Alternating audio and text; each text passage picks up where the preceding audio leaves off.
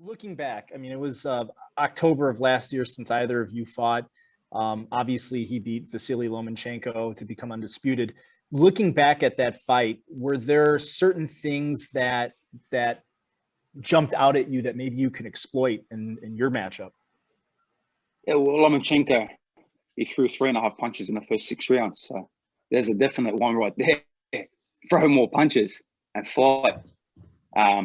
The guy was out for 400 and something days. That was not Lomachenko. That was like a half a Lomachenko. And with the one shoulder, we saw it was a half a Lomachenko. Lopez got very lucky that night. Very close fight.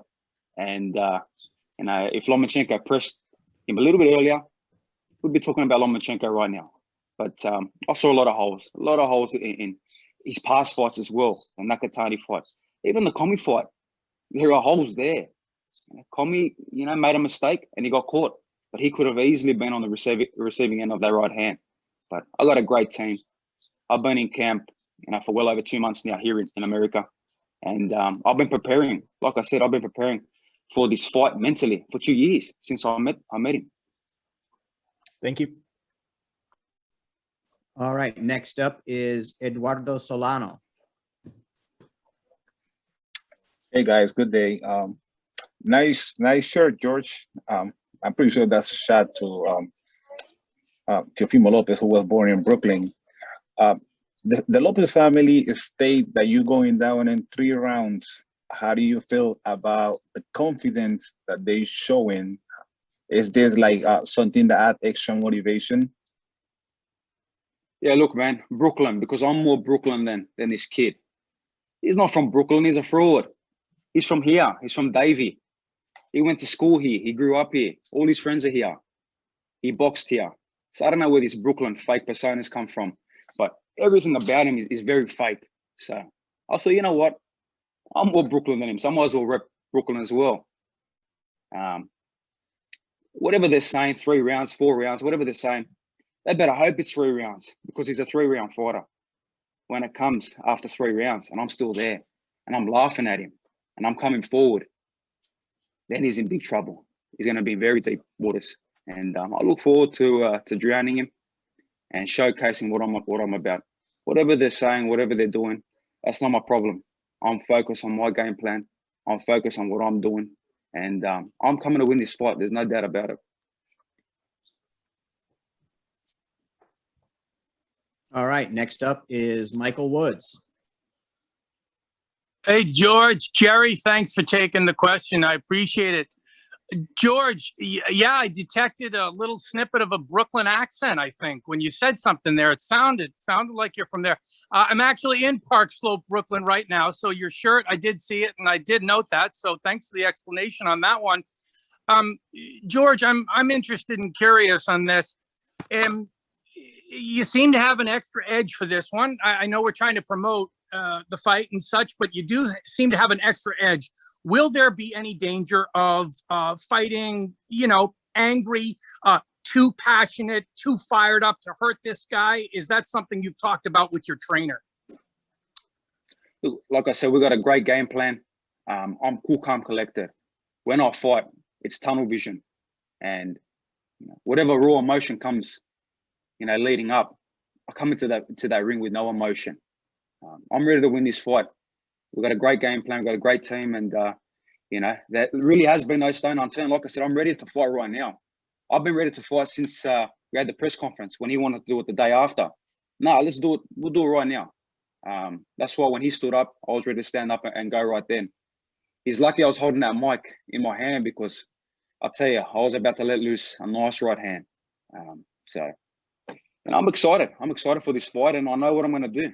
I know what I possess, and I'll tell you now, I'm going to shock the world. The people that don't believe me, they're going to believe me straight after this fight because I will have all them beautiful belts around me, and I will be the undisputed champion of the world, no doubt about it. I love the passion, George. Looking forward to a great fight. Thank you. Appreciate it.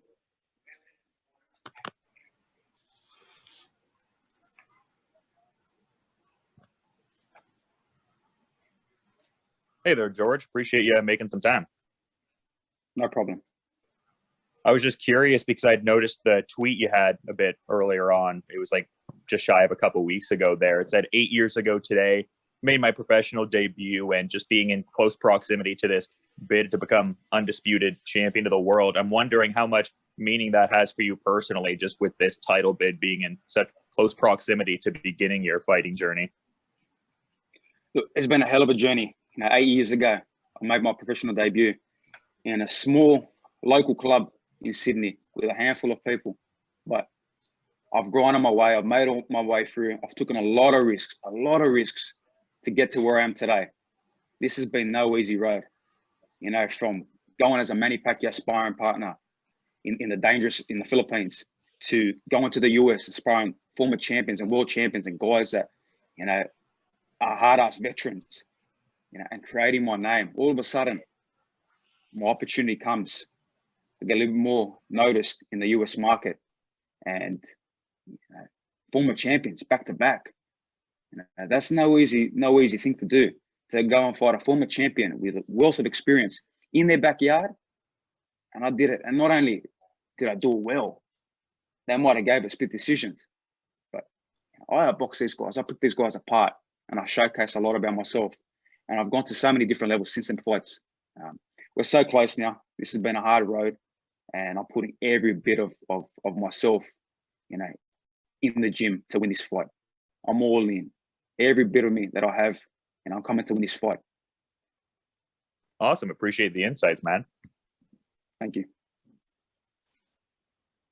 Next up, Nick Noonan. My guy, Nick. What up, George? How are you, brother? I'm doing well, man. How are you? Yeah, very well, mate. Nick Noonan, FightHype.com here. George, I just want to speak a little bit about obviously being based in Miami the last 4 years and explaining to the people around that, you're an Australian fighter but been based in America and not really saying that Teofimo has a home advantage, but you feel in Miami that you will have the home advantage. I want you to have a little bit of a talk about that. Yeah, this is my home. I've been training here. This is where I've been. I know Miami inside out now. This is my home. He's coming to my backyard. Like I said, supposedly he was born in Brooklyn. I don't know if that's real facts, but he's not from Brooklyn. He came to Davie, which we are in Davie right now. So I'm in his old hometown. And I've been leaving my mark in his old hometown. And all of a sudden he moves and goes somewhere else. So really he doesn't represent anywhere. I represent here in Miami. I'm representing Brooklyn. I'm representing Sydney, Australia. I'm representing all the Greek people. I've got the whole world behind me. He's a fraud. He's a fugazi. He's got no home. He's a gypsy. He travels. And we've seen him, man. This kid's got no loyalty, no class. And, like I've been saying, he's a fake. And he'll get exposed June 19th.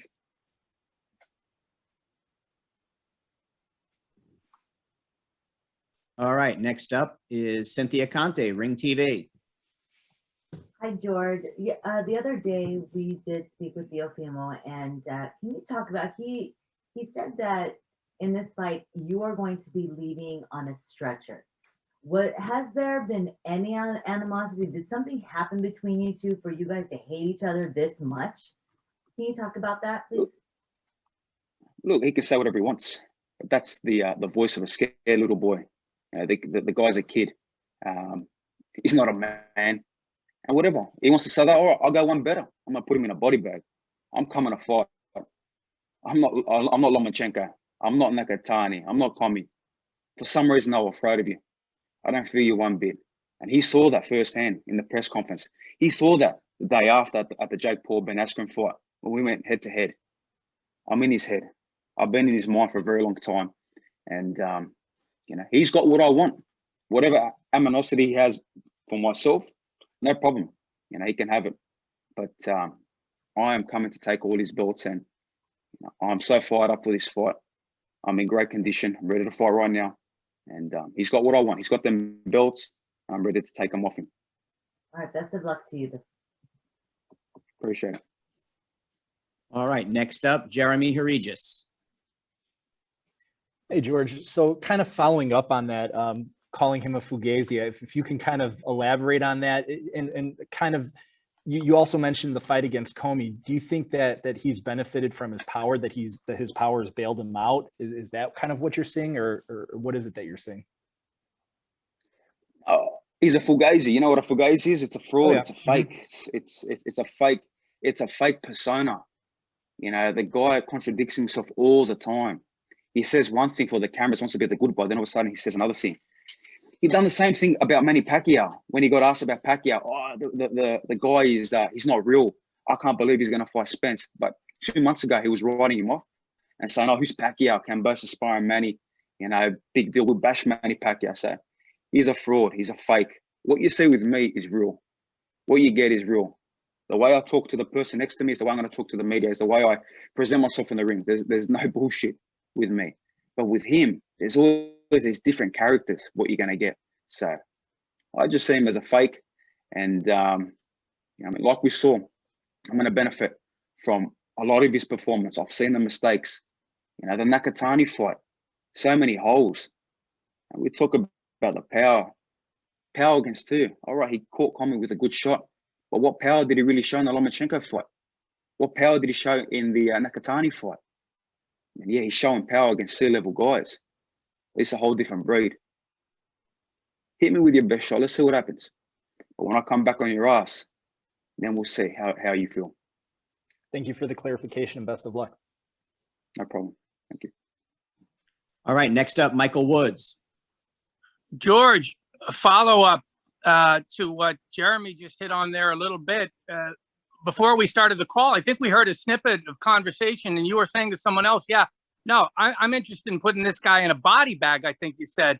Who are you talking to there? And that level of, animosity, that level of fire, has it been there comparable for any other fight that you've ever had? Every fight I come in with bad intentions. So at the end of the day, like I said, this guy has got what I want, what I've put my body through, what I've sacrificed so much, you know, to be here.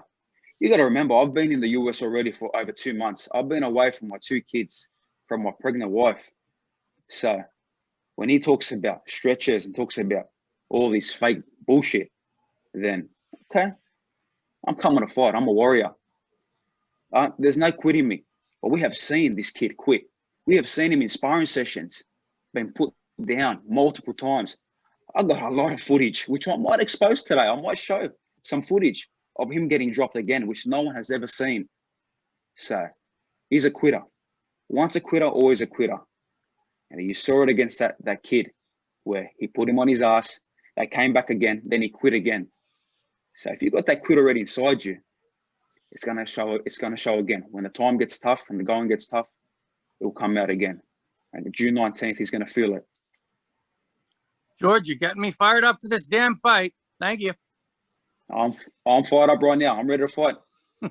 Thanks, pal. All right, next up, James Lupton. Hey, George, hope you're well. Teofimo seems to have one eye on 140 pounds. He's talking a lot about Josh Taylor and moving up. Is that an unwanted distraction to favour your benefit?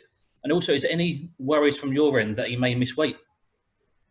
Look, he's got so many distractions, man. He's focusing on 140. He's focused on Devin Haney. He's focusing on Gervonta Davis. Then he's focusing about the issues he has with Top Rank and Bob Arum. You know what I mean? Hey, Bob ain't giving you that fight either way. So you better get in line when you lose all your belts and make your way back up at 140. So you think Bob's going to do him a favor? Are you serious? Bob's been talking about Crawford fighting Taylor. So there is no Lopez.